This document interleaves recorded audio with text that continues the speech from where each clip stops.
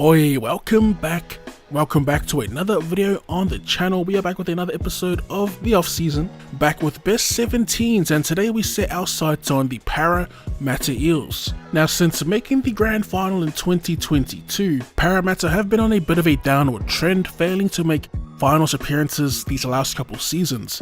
In 2023, they finished the regular season in 11th, and even worse, this year finishing at second last, 16th.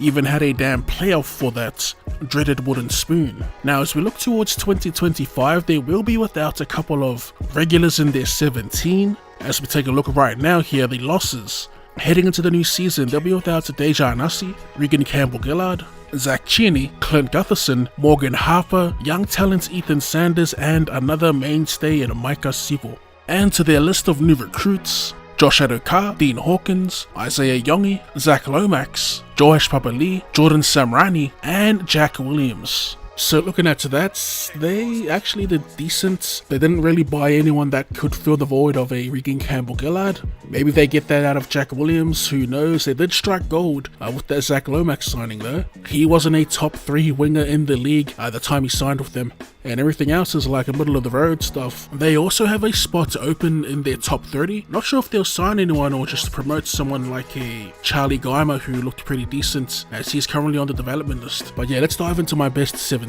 So, coming in at fullback, the number 1 jersey for me was out of the 2 new recruits, Joash Papali'i and Isaiah Yongi, and I've gone ahead and picked the Penrith recruits and Yongi. He did get some games in last year for Penrith and he looked pretty solid. Nothing crazy stood out to me while he was playing. Again, just looked solid, and he'll do a job for sure. So on the left wing, I'm going with the Fox. Seemed to be playing injured for most of the year, maybe a couple years you could say. And looking at who's available on this list, I think that he is their best option on one of the wings.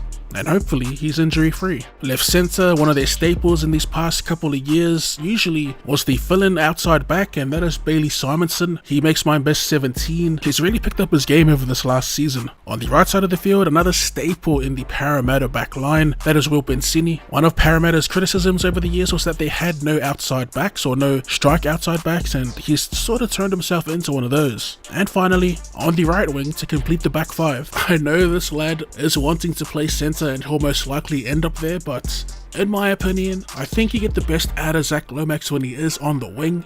I've seen a lot of people saying that he was going to reach these heights regardless, but I don't think that's true. I think on this thing he will have more influence on a match as opposed to him playing at centre, as he's kind of forced to get more involved. I also want him on those kick returns. I mean, if he does play there, I guess we'll find out. Like I said, in my best 17, I'd rather have him on the wing. Moving on to a couple of certainties in the halves. At 5'8", Dale Brown, who had, I don't want to say an off season, because he did have his moments. I guess he was a little inconsistent this year. He had plenty of chances to prove that he could take over the team with the absence of Mitchell Moses, and in my opinion, he didn't quite step up the way I thought he would. But I'm looking for him to have a pretty solid year this upcoming season, and of course his halves partner Mitchell Moses, out for most of the season, came back during the origin period, was killing it in clubland as expected, and even played for the Blues. One could even say possibly dominated, so much so that many are calling for him to have that first crack in 2025. Not too sure what the status of the captaincy is with Parramatta. I'm assuming that'll go to him, looking at my best 17 on paper. Moving on to the engine room at number 8, we are going with Junior Paulo, another mainstay in this Parramatta side, coming to the tail end of his career. He easily makes the 17. At number 9, I was tossing up between Hands and Lussick, either or, as I'm going to go with the old dummy half rotation, so I've chucked Brendan Hands to start. And taking over Reg, I've got Big Joe Ofahengawe. Can play prop, can play lock, was earmarked at the Broncos to be one of their mainstay forwards and didn't quite kick on. Looked good at the Tigers and he's looked even better at Parramatta. I'm looking for him to sort of own that other vacant front row position. Moving on to the left back rower, the number 11 jersey, I'm going with Kelma Tuilangi. Might be another odd pick for some. I just think he's more, or he could be more impactful than a Sean Lane, who's been a mainstay in that jersey. I've got plans for Laney, don't worry about that. But for me, starting on that left edge back row, give me Kelma Tuilangi. On the right side, Brycey Cartwright, who's having a bit of a late resurgence here in his career. He's been looking pretty peak, I'm not going to lie, playing in the back row over this last season at least. His impact on games has been noticeable, and is why I have him in the starting 13. And finally, at lock, I've got Jermaine Hopgood. Another no-brainer in this side. Hopgood, since coming over from Penrith, has looked like an absolute weapon, especially in attack. Our defense is a little shoddy. I'm expecting him to tidy that up this season. And yeah, just another no-brainer. Moving on to the interchange. In the 14, like I said, I was going off the dummy half rotation. Sergio Ilasic is who I'll have in the 14. I'm not too sure who else they have.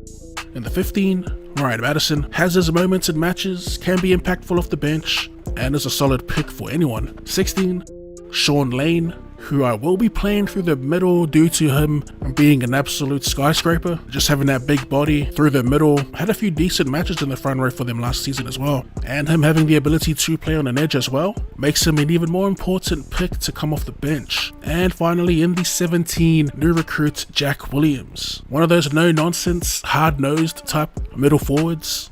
Was solid for Cronulla, and I think he kicks on here at Parramatta under Jason Riles. And that about wraps up my best 17 for the Parramatta Eels in 2025. As always, if you do have any differing best 17s, let us know how your 2025 Para side will line up in the comment section down below, as well as suggestions for who we should talk about next. As always, if you did enjoy the video, be sure to run straight to that like button, and for more rugby league related content, or more content in general, go ahead and drop your boy a cheeky sub. Thanks for tuning in, and I'll see you later.